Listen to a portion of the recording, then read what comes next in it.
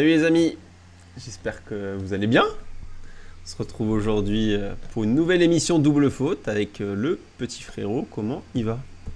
Et ben, il va très bien après cette finale monstrueuse. Ouais, Je pense qu'il y a pas d'autre mot, hein. Grosse finale. Les deux hyper bons. Le public a dû se régaler, franchement. Avec la petite paire de doubles avant P2H et Mahu. Bon, ils nous ont pas trop régalé, mais on va ouais. aller plus dans l'actu. Et Pers et Vénus, bon on en parlera tout à l'heure dans l'actu, mais ouais, c'est vrai qu'on a une petite anecdote dessus. Et ouais, bah belle victoire de Djoko qui revient et qui reprend son trône aux Russes, face aux Russes, qui était quand même en pleine forme. Il avait fait un match contre Zverev incroyable. Franchement, ouais, gros match. Moi, j'étais plus parti sur une victoire de Medvedev à Moi aussi. choisir. Surtout que les cotes étaient quand même intéressantes, je sais pas pourquoi. Mais j'avoue que j'ai sous-estimé Djokovic. Mais pour avoir regardé la finale de A à Z, pour avoir regardé la finale de A à Z, j'ai trouvé que les deux étaient très bons. Je trouve qu'il est un petit peu chanceux sur le premier set, Medvedev, de l'emporter. Ça tourne un peu à son avantage, alors que je trouvais que Djoko était un petit peu mieux dans les échanges et plus serein quand il débreak. Maintenant, après, j'ai su vraiment que ça allait faire 3 sets dans le deuxième set où Djoko, tu vois qu'il en met un peu plus. Ouais, Il trouve des zones quand même incroyables. Tu as beau dire, mais c'est quand même le GOAT. C'est ouais. l'ultra au-dessus du tennis en ce moment. Ça se dit pas du tout, mais voilà, tu m'as compris. Et en face de ça, Medvedev, il savait plus rien faire. Et je voyais qu'à l'arrivée avant du troisième set, que Medvedev était un petit peu en dessous au niveau physique. Il commençait un peu à peiner et puis il courait quand même beaucoup plus que Djoko, même s'il remportait des points très importants. Il a réussi à tenir son service sur les deux premiers jeux et après il se fait briquer et après très dur de revenir. Djoko pour moi était extraordinaire. Quand tu penses que ça fait, je sais plus où j'ai vu ça, ça fait 50 jours je crois qu'il a Ouais. pas joué. Le mec sort un putain de match face à un Medvedev qui était à son meilleur niveau, hein, je trouve aussi. Et c'est là que tu te dis que bah, c'est les deux meilleurs pour moi en ce moment sur le circuit. Et il y en a un qui domine encore un petit peu plus, c'est le patron du moment et c'est Djokovic. Et t'as tout dit, c'est mentalement, enfin moi c'est là où ça m'impressionne le plus, c'est mentalement après sa désillusion qu'il a connue il y a quelques semaines en ne remportant pas son fameux grand chelem calendaire, et là de se relever si peu de temps après sur un Masters 1000, chose qu'il a déjà gagné maintes et maintes fois, donc oui il avait un objectif, c'était de rester numéro 1 mondial, mais il l'a fait en battant Urkash en demi, donc sa finale c'était vraiment que du plus, et ouais comme tu dis c'est juste impressionnant, il est au-dessus de tout le monde et basta quoi. Franchement on peut que s'incliner devant lui et non, j'ai pas pris la cote de Djoko à 2. J'avoue que, comme Rob, hein, j'y croyais pas tant que ça. J'ai pas touché au match parce que voilà, ça restait Djoko. Mais si on m'avait forcé à toucher, j'aurais pris Medvedev parce qu'elle était haute et sur la forme du moment. Voilà, trop fort. Point faible, Et je trop crois fort. de ce que j'ai pu voir, tout le monde est allé sur Medvedev, hein. Ouais, clairement. Clairement. Bah, c'est vrai que contre Urkash, Djoko a eu très chaud. Hein. Très Ouais, il chaud. a eu chaud. Maintenant, il a bien joué, hein. Je trouve que Hurkacz Oui. a fait un très bon match. Ah oui, oui. De ce que j'ai pu voir de Medvedev face à Zverev, en mettant 6-2, 6-2 ou 6-2, 6-3, je l'ai trouvé hyper puissant et j'ai l'impression qu'il n'avait pas tout donné sur ce tournoi-là en termes de. Il n'a pas montré vraiment ce qu'il savait faire. Je me suis dit, face à Djoko, ça va être plus tranquille. Djoko, il n'a pas joué depuis longtemps. La dernière fois à l'US Open, c'était un carnage pour lui. Je me suis dit quand il a remporté le premier, bon ça va aller. Dès le début du deuxième, j'ai su que Djoko il avait vraiment la hargne et qu'il voulait le gagner, quoi. Ok, parfait. Bah, on peut passer du coup à l'actu des deux petits Frenchies qui s'inclinent malheureusement en finale contre la paire Perse-Vénus qu'on a vu jouer contre Oui, Salisbury et c'est vrai. Ram. C'était C'est ça vrai la qu'on petite les a vus chez anecdote. Gugus. Pour l'anecdote, c'était le match, genre on allait le voir par pur. On était obligé quoi, on devait se taper normalement mon fils Joko. Et du coup, on était tellement déçus qu'il est forfait, bah on s'est dit, allez, on va aller voir le cours 2 au pif. Et on est tombé sur eux, et mine de rien, belle surprise. Ah, franchement, bon, on n'est pas plus fan, enfin perso, je suis pas plus fan du double que ça, Non. mais à part voir des Français comme Pierre Herbert et Mahut, mais je trouvais que ce qu'on a vu face à c'était Ram et Salisbury, Ouais, c'est ça? c'est ça. J'ai trouvé que le tie-break était pas dégueulasse. Il y avait une petite ambiance. Voilà, et ça m'étonne pas plus que ça. Après, j'ai pas vu tant de doubles que ça qui arrivent en finale et qui s'imposent. Maintenant, j'avoue que je sais pas si tu as vu le double, Non, peut-être du tout. pas. Du tout. J'ai vu une partie du double et j'ai trouvé quand même Pierre Garbert bien en dessous de Mahut, que ce soit au niveau du service et dans le jeu. Je sais pas, c'est peut-être moi qui ai une fixation là-dessus, mais j'ai trouvé Mahut au-dessus. Ok, bah j'avoue que je peux pas trop alimenter parce que j'ai pas vu, mais ça m'étonne pas. Hein. Pierre-Hugues, Pierre-Hugues, j'ai pas trouvé non plus de transcendant quand je les ai vus jouer bah, avec toi contre la paire Béard Escobar, Oui, oui, par ça, quoi. Par là, quoi. un truc comme ça, la paire qui a pas de marque. Non, non, mais ouais, c'était pas foufou. Billie Jean Cup, la Russie l'emporte contre toute attente parce qu'ils étaient outsiders quand même face à la Suisse, faut le dire. Ouais. Ils ont gagné 2-0 sur les deux simples féminins, si je ne m'abuse, fastoche. Moi, j'ai juste vu le match, pas de Kasatkina, mais j'ai vu le match de Ah, notre moi ami aussi. Samsonova, parce que j'avais un Ouais. petit bet Mais contre. moi aussi. Sur Ah, Samso. pareil, ouais, j'ai vu la confrontation directe. Qu'en indoor, c'était 2 fois en indoor Ah, en mais plus, elle avait battu à chaque fois. Voilà, c'était tentant. vas-y, parle-en hein, si t'as vu le match, mais moi je peux juste te dire que Samsonova était incroyable, que ce soit en finale et en demi, c'est vraiment elle qui emmène la Russie au plus haut de cette Billie Jean King Cup, tu vas dire, mais c'est dit. Et j'ai trouvé qu'elle a été, je sais pas comment dire, mais dans le premier set, Benkic l'emporte. Oui. Je trouvais que j'ai regardé les stats, je me dis, ouais, c'est sûr, c'est fini pour elle. Deuxième set, elle a pas mal de balles de break, Benkic dans le premier set. Et au final, ça Ça confirme tourne. son service Hmm. côté Samsonova. Et derrière, mais elle t'envoie des missiles. Je pense que c'est la joueuse la plus agressive que ce soit. Et ça rentre quand même, mine de rien. Et même si c'était toujours sur un fil, elle a surdominé le troisième set. Et elle l'emporte, mais ça a été un match franchement magnifique à voir. Et Benkic, franchement, niveau mental, ça a été très décevant. Alors que dans cette compétition-là, elle a quand même sorti des Krejcimovic, des Krejcikova, pardon. Des femmes Sorti mélange. Kerber. On confond toujours le Krejcimovic et Krejcikova. Non, mais t'as tout dit. Et de toute façon, moi, je vois une. Alors, si ça prend la même allure, mais dans le style de jeu, je vois une Sabalenka en puissance. Ouais. Si elle est à fond, je trouve que c'est le même délire. Ça frappe d'une puissance monumentale. Sa première balle, quand ça passe, c'est une tuerie. Non, elle est hyper complète. Et en indoor, ça m'étonne pas du tout qu'elle ait des stats comme ça. Et encore une fois, on l'a pas joué, c'est pas pour rien. Quoi. Enfin, on l'a joué, pardon, c'est pas pour rien. Elle avait tout pour réussir. Et T-Corsia. J'ai pas compris le petit message. En tout cas, il a raison sur P2H. Il est d'accord avec toi par rapport au- Cornet Garcia. Ah, ok. T'as compris? Non, t'as pas compris, toujours pas. Si, Moi, mais j'ai par pas la rapport ref. à la paire de double, non? Bah, ils étaient pas ensemble, c'était Cornet et Burel. Me parlez plus de Burel, mais je l'ai dit. Mais il me semble que. Ouais, oui, c'est vrai que c'est Mlad et Garcia. Non, mais je sais pas. J'avoue que j'ai pas compris. Ah, il a fait un mélange comme toi t'as fait avec Krajinovic et Ah, Krejcikova peut-être. ok. Bon, il nous expliquera le Bibitzer. Bon, très bien. C'est parfait, on peut passer à l'analyse des petits matchs de demain côté féminin. Yes. Bon, il y a du lourd, hein. Vanut Attention, Vank. ça sent vraiment la douille de ces deux tournois avant la fin, là. Ah ouais, modéré vomise. Hein. Coco Askip, il a pris Medvedev quand il gagnait 1-0 au début du deuxième. Et t'as un truc contre Coco, toi aussi, hein. C'est un délire. C'est Ah, fou, il est pas aimé. Ah, je te jure, lui et Coco, c'est chien et chat. Vanut Vank 1-0-6, Kroos, bah, je vais pas en parler, je connais pas Kroos, et 1-0-6 Vanut Vank, non. Ouais, non commentaire, je pense. Hein, c'est match à sens unique pour moi côté Van Vank, alors que c'est sa meilleure surface, l'indoor. Voilà, même si elle est quand même, on peut le dire, dégueulasse cette saison, il n'y a pas d'autre mot. Je vois pas comment Kroos peut l'embêter, surtout avec une cote à 9. Mais Je, bon, voilà.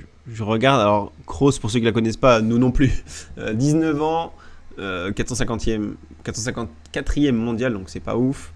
Et sa meilleure surface, c'est la terre battue. Donc l'indoor, elle a 53% de victoire, donc c'est pas énorme. Donc je te rejoins, je pense que ça devrait être une formalité. Sinon, ce sera une suspicion de match, Truqué! comme Laurent. T'es pas préparé. Non, pas du tout. Cornet est capable de perdre. Oui, bah on y vient. T'as tout dit, c'est ce que j'allais dire. Cornet 1-11, Grabber 6-50. Encore une locale contre Cornet. Bah pareil, je touche pas, je sais pas commenter. Mais...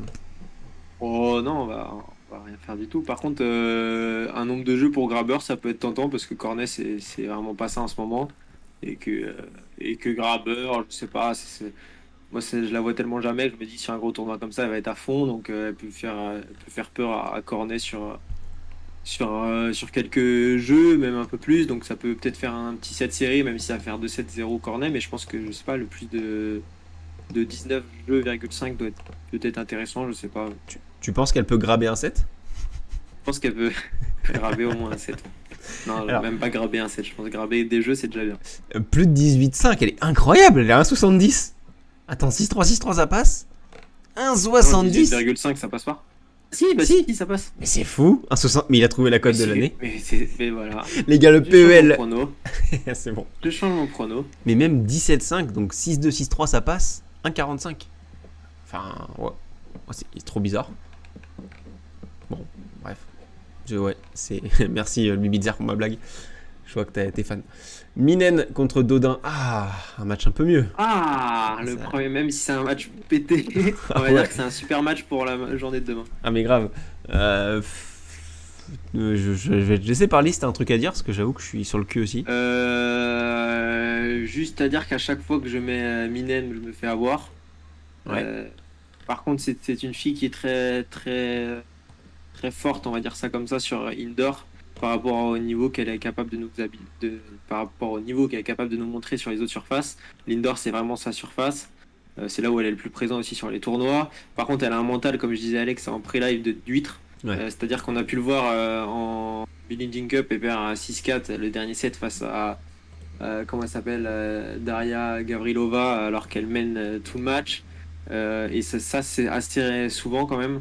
Mm. C'est assez récurrent, donc je pense que Dodin peut faire quelque chose, surtout qu'elle va être agressive dès les retours de frappe. Donc Dodin, ça va être des échanges très brefs. Mais je pense que ça peut être un match serré. Pourquoi pas le 3-7 plus intéressant, je pense, que le victoire Dodin ou victoire Minem. Et même, je pense que le 3-7 devrait être plus important au niveau de la cote que le 2-20 de Dodin sec. Alors, je vais te dire ça et je te rejoins. J'apporte juste un truc, c'est Gavrilova. En plus, t'as raison. Et en plus, elle avait pas joué depuis genre 8 mois. On en avait parlé Oui, avec, c'est ça. avec le frérot Anto. Donc, ouais, c'est quand même. C'est limite tentant en fait, la française. Mais bon. On a vu ce qu'a fait Burel. Voilà. On sait qu'il faut modérer sur les françaises en ce moment. Alors, tu m'as dit 3-7 sans vainqueur. Et je trouve ça sympa aussi. 2-20, non? 2,25. Pareil. Ouais, 2,25. C'est toujours 2,25. ouais, le c'est 3-7 bizarre. sans vainqueur. Et puis, t'as pas un bookmaker Bah, d'ouvert sur ton ordi. Tu vois, je trouve ça plus intéressant que Dodin comme ça en sec. Ok, bah ouais. Après, c'est dur. Enfin, que tu le dis tout le temps, toi aussi, c'est dur de. 3-7, c'est chiant. Hein. Ah ouais, à parier dessus, c'est horrible. Tu sais pas où te placer. Mais ouais. Non, pourquoi pas. Pourquoi pas. Très bien. Et toi, du Kalinina. coup, tu partirais sur quoi là? Franchement, je touche pas, mais si je devais toucher, ce serait Dodin. 2,20, je trouve Bah, que. plus intéressant quoi. Ouais, puis elles se sont jouées, bon. Elles se sont jouées en 2015, on remet dans le contexte. Elles étaient encore gamines. Mais voilà, il y a eu 6-3, 6-2 pour Dodin. Je me dis peut-être que voilà. Elles ont beaucoup changé physiquement, à mon avis, depuis 5 ans et dans leur jeu, mais bon. Allez, Dodin à 2,20, pourquoi pas. Kalinina contre Trevisan, elles se sont jouées il y a 2 jours à Nantes. Dommage qu'on n'ait pas Anto parce qu'il devait être très certainement sur place il pour a voir vu le le match. match en plus, je crois. Hein. Ben ouais, je pense. Et il me semble qu'il avait dit, si je peux te couper, que Trevisan avait vraiment bien joué. Ben, sachant que je regarde les stats, ça s'est joué sur 2 tie-breaks. Victoire de Kalinina 2-7-0, mais 2 fois 7-6, 7-6. Donc, est-ce qu'une tente, une petite. Intéressant. Est-ce qu'un Trevisan 3-25, c'est pas un peu surcoté au vu d'un match serré comme ça? Ouais, ou le set de Trevisan. Ouais. Je vais regarder ça de suite. Le Bibitzer me parle pas de Burel, s'il te plaît. Ah ouais, moi non plus. Bah, son attitude, non, ouais, du résultat, son attitude est dégueulasse et ça devrait être limite sanctionné. Enfin, je sais qu'elle est comme ça souvent, mais là, c'était vraiment d'une nonchalance et même pas. Enfin, j'ai l'impression que je l'ai pas senti motivée du tout. Elle marche plus lente que. Elle a une allure plus lente que ma grand-mère. Enfin, c'est sur un terrain. C'est pour te dire, c'est vraiment. Non, mais c'est quand même faut en parler. Ouais, c'est Pas vrai. laisser ça comme ça. Ok, elle a perdu son match, mais bon. Non, mais c'est vrai. Et du coup, 1,72, ta petite cote de Trevisan 7. Je l'aime beaucoup. Ouais, bah, c'est sympathique en vrai. Ouais, j'aime beaucoup. Sachant que c'est sûrement pas la même surface qu'à Nantes. Alors, je sais pas si c'est plus rapide ou plus lent, mais peut-être que la surface va avantager l'une ou l'autre, et potentiellement Trevisan. Donc, c'est vrai que c'est plus que tentant. Et est-ce que t'as. Attends, je regarde. Enfin, on va pas la retrouver puisque c'était à Nantes, mais il devrait y avoir la cote Sur ODD, peut-être à Nantes. Je vais regarder ça. Je vais regarder Mais ça je si tu pense veux que meubler en on même va- temps. Ouais, bah écoutez, on passe un bon live, c'est pas quoi dire. Non, mais je pense que Kalininha, blague à part, elle va être plus motivée que Trevisan. Et enfin, je pense qu'elle était moins motivée à Nantes puisque c'était un tout petit tournoi et Trevisan est moins bien classé. C'est pas l'espoir comme on l'attend de Kalininha. Donc je pense que les cotes sont un peu plus élevées pour Trevisan puisque Kalininha sera plus plus présente dans ce match-là, donc J'ai les ça cotes. aussi, faut faire gaffe. Ah putain, tu me rassures. C'est bon? Je t'ai sauvé dans ton marathon. 1,44, donc elles ont pas baissé beaucoup. 1,44 Kalinina de base, c'était. Contre 2,62 pour Trevisan. Donc voilà, c'est logique parce que Kalinina a gagné, donc logiquement il rebaisse un peu. Mais du coup, je trouve que c'est surcoté. Ouais. Et c'est sympa Ouais, le set. j'avoue que je partirais quand même sur le set de Ah, Trevisan. mais je suis totalement d'accord. Totalement d'accord, c'est tentant. Burel, elle tape Alexandrova et prend 4-1 contre la chinoise. Ok, très bien. On peut passer chez les. Ah non, pardon. On avait des petits matchs qui ont apparu pendant qu'on faisait les trucs. Et la cam a bugué. Ma cam, elle est incroyable. Ah, c'est bon. Ça, c'était fou. Du coup, c'était. Oui, il y avait un match sympa. C'était Harmonitan contre Rebecca Peterson. 2,15 pour la française, 1,66 pour l'allemande. Voilà. Je trouve que c'est un match sympa sur la journée de demain. Ouah, mais 2-15 c'est tout faible, non? Même si elle sort des qualifs. C'est tout fait, mais après Peterson, est-ce que c'est solide en indoor? J'ai pas la ref. Je vais regarder. Ah, elle est suédoise, j'ai dit allemande, quel con. Mais attends, Pour mais moi. Peterson a très bien joué, je crois, son dernier tournoi Ouais. indoor où elle perd face à. Elle perd en finale même, non? Ouais, en demi contre Kontaveit. Ouais, c'est très solide. En demi. Non, ouais, t'as raison. T'as raison, en fait, c'est très tentant Peterson. Je la trouve très haute aussi. 1,66, c'est. Ouais. Après, Tan sort des qualifs et que elle a début de saison, je crois qu'elle a plutôt pas mal joué. Mi-saison, c'était n'importe quoi. Mais je pense qu'elle peut peut-être faire quelque chose. L'indoor, ça doit être sa petite surface. Elle a battu Kukova et Krunic.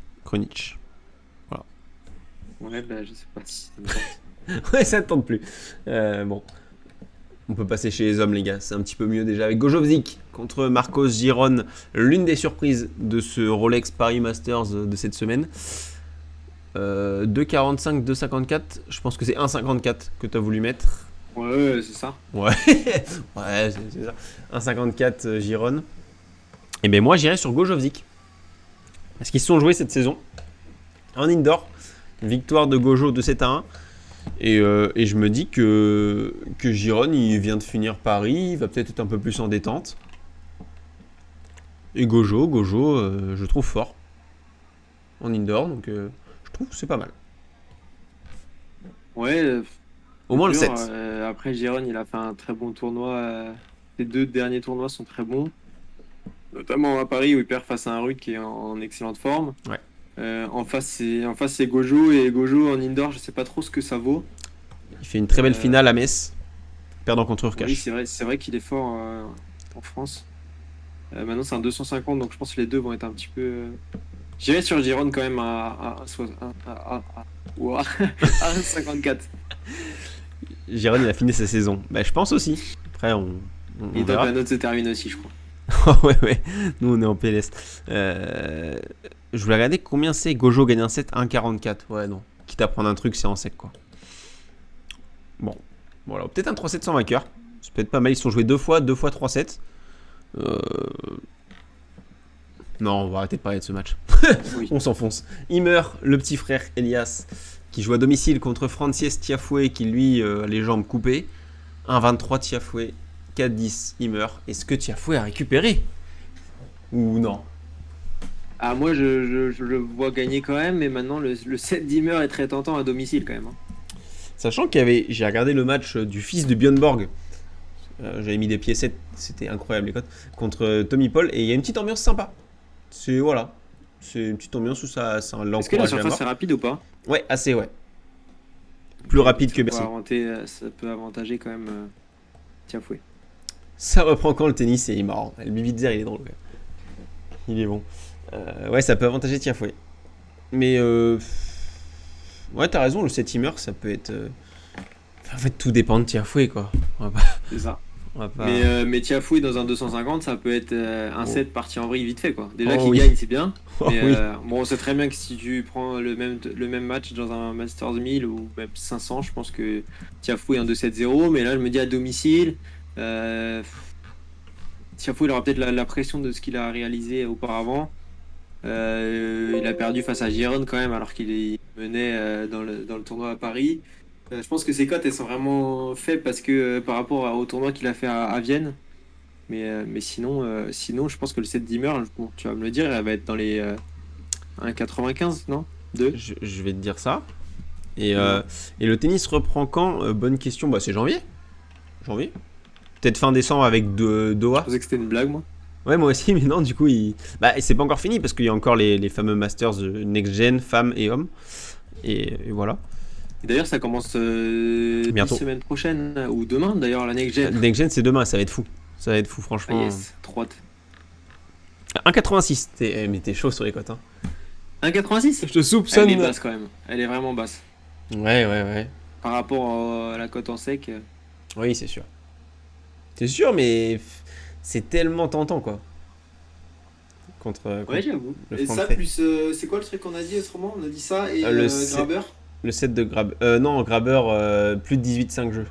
Ouais. Non, 17,5 Pas je mal. crois. 18, non, 18,5. Ouais, c'est pas mal du tout. Franchement, les gars, c'est des cotes en live, là, pas du tout en live, mais petite cote cadeau qu'on vous fait en impro. C'est vrai que c'est C'est solide. ça. Davidovic McDo, est-ce que ça a commencé?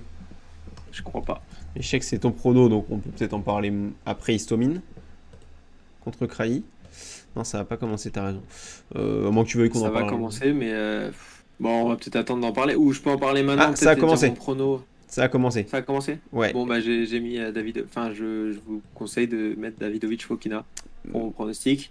Mince. Je pense que, bon, même s'il est sur une période pas terrible, je pense qu'il peut le faire face à McDo qui en indoor ne nous montre pas de très belles choses. McDo à l'extérieur c'est très bon, mais en indoor je trouve pas ça excellent. Et Davidovic Fokina a plutôt pas mal joué face à Brooksby, la pépite, lors du tournoi il y a 2 semaines. Il est tombé contre un morceau à Paris. Je pense que là, il peut faire quelque chose. Donc, je donnerais Davidovic Fokina. Eh bien, malheureusement, tu vas pas aider trop nos amis parce que y a break Fokina, donc 3-2 break. La cote va pas être folle, je pense. Merde. Mais en tout cas, ton prono. J'aurais dû l'annoncer avant. Ouais, bah après, oui, bon, on pouvait pas. C'est pas grave, hein. Mais On va du le coup, refaire. la cote est à 1,35. Donc, est-ce que tu la conseilles à 1,35? Je suis pas sûr. Je vous conseille de mettre McDo. C'est un génie. Non, mais par contre, mais un 35, non, bah, Ah là, oui. faut pas y aller du tout. surtout sur du Foki, hein. Istomin Krajinovic, on n'a pas les cotes, donc ça va être compliqué de. Moi, j'avoue que je parle beaucoup en fonction des cotes parce que ça peut être tentant si, admettons, elle est à 6 ou 7. Là, bon, Krajinovic sur le papier, quoi, on est d'accord, je pense, mais. Ah, je C'est pense dur, quoi. qu'elle va être énorme en tout cas, Ouais. côté Histomine. Mais ça, je pense, je le vois pas même mettre un 7. Et, attends, il est Lucky Loser ou pas? Je te regarde ça, les fameux. Non, bah, moi je trouve même pas cette affiche de match. Non, il a gagné ses qualifs. Ok. Mais c'est bizarre parce que. Il a gagné ses qualifs, ouais. Il a C'est gagné. bizarre, il a gagné ses qualifs. Il a battu quand même Kovalik. Et, ah non, il a perdu Ah oui, contre. Ah si, il a battu. Non, il a gagné Kovalik, il a battu Mrida. Le fameux Mrida. il a battu Merida. Ouais, le fameux. Et. Ouais, bah 2-0, 2-0. Ah, il peut prendre peut-être un petit 7. Un petit 7? Non, non, moi je vois Krajinovic quand même. Ouais, non, mais oui, on va pas tortiller du cul pour chier droit. C'est ça. C'est la meilleure phrase. Et du coup, on peut passer à nos pronos. Pronostic. Oh, incroyable, incroyable, c'est affiché. Bon, on est passé à des cotes, on autorise les cotes règles demandées par Rob. Du coup, j'en ai profité, j'avoue. On passe à des cotes minimum de 1,50 pour vous assurer de la sûreté et vous faire gagner un maximum d'argent. Donc, du coup, moi, vous savez, je suis un rat. Donc, j'en ai profité. J'ai pris une cote à 1,60 parce que le classement des pronos, les gars, ça fait 10-10. Rob et moi, on est tous les deux en tête. Et ça fait Coco à 6 points. Bon, Coco, il dort. D'ailleurs, je vais peut-être dire son prono en premier. Ou toi, si tu Ouais. l'as. Je sais pas. Bon, est-ce qu'on ne donnerait pas plutôt son prono si on a un blanc à meubler? Parce que c'est pas incroyable son pronostic. Ah si, on fait ça. Il n'y a pas de blanc pour. Bah, on va attendre la fin de l'émission, puis on le donnera si t'as un truc à régler, tu me dis. Il est marrant. Mais il est marrant aussi, le Bibizzer, hein. Il m'a fait rire. T'as mis quoi? Il a battu Nico Saliagas. En parlant de notre ami Histomine. Bon, je le mets dans le chat, comme ça on le dit pas, mais vous l'avez sous le coude si ça vous intéresse. C'est ça. Wong face à Kozlova, c'est plutôt pas mal. Ouais, oui, Wang face à Kozlova, c'est Mais la je petite comprends jeune. pas pourquoi elle est si haute, mais. Moi non plus. C'est la petite jeune chinoise qui fait des belles perfs en indoor notamment. Elle a battu pas mal de bonnes joueuses. Voilà, elle est solide. Elle avait perdu contre Vekic qui gagne le tournoi derrière à Courmayeur. Donc c'est une défaite respectable. Donc non, non, c'est sympa, 1,60. Je trouve que c'est très compliqué la carte de demain. Tu l'as dit, c'est la fin de saison, des tournois douilles. Donc j'ai pas une énorme confiance, mais 1,60 c'est ce qui me semblait le mieux. Donc voilà. Et juste pour savoir, je pense au point de Coco, Alexandre Roy, il joue qui? Et je sais pas d'où il sort son Alexandrova en fait. Je l'ai pas vu je l'ai vu nulle part donc. Il a peut-être confondu avec la Billie Jean Cup, mais elle est finie. C'est bien. Ah je le kiffe ce Attends, mais elle doit jouer Billy à Linz, je pense. Je le kiffe et moi je vois aucun Elle joue match. Tsurenko. Oula. Bon ça devrait le faire quand même, mais. Oui, ça devrait le faire, je pense. 1,48, elle est pas mal. En fait je pense que c'est sa défaite face à Burel qui change tout. Enfin qui fait ça mais. Cette baisse de cote, mais oui, non ça devrait le faire.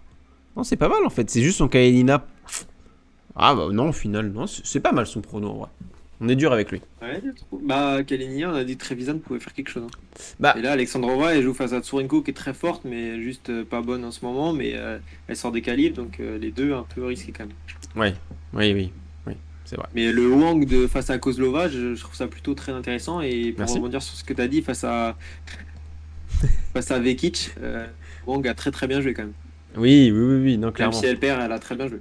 Ah oui, non mais clairement, Ivekic, moi elle mérite son tournoi, j'avais grave kiffé son tournoi. Tsurenko qui sort des qualifs, ouais, effectivement.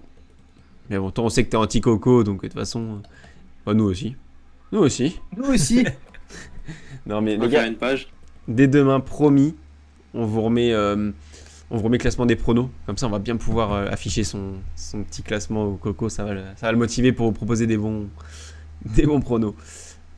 Elle a battu Minella et Cristiano Ronaldo. Il est casse-couille. Il est relou. Bon. Hashtag anti-Coco. C'est parfait. On est bon. On fait le petit live de demain à midi ou 13h ou midi, comme tu le sens. Je pense que midi et demi c'est bien. Ça laisse les gens, tu vois, de sortir leur pause tranquillou. Ils ont leur petit sandwich. Non. Si. Est-ce que le Bibizzer, toi, ça te plaît? On essaye des lives entre midi et 2. Mais toi, je pense que t'es un chômeur, donc tous les horaires, ça doit. Pire.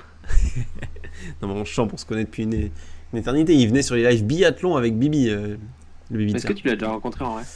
Mais pas du tout. J'ai pas envie de le voir. J'ai pas envie de le voir. Non, mais il venait sur les lives de la Talkshow à l'époque. C'était. Il était très borderline, ce petit viewer. Créer des faux comptes avec des fake noms. Je finis à 14h. Bah, tu seras pas là. Mais c'est peut-être une. Mais c'est parfait. C'est le bon horaire. Ce serait pas le bon créneau. C'est impeccable. Parle pas trop de créneaux. Et lui, t'es le pire, franchement.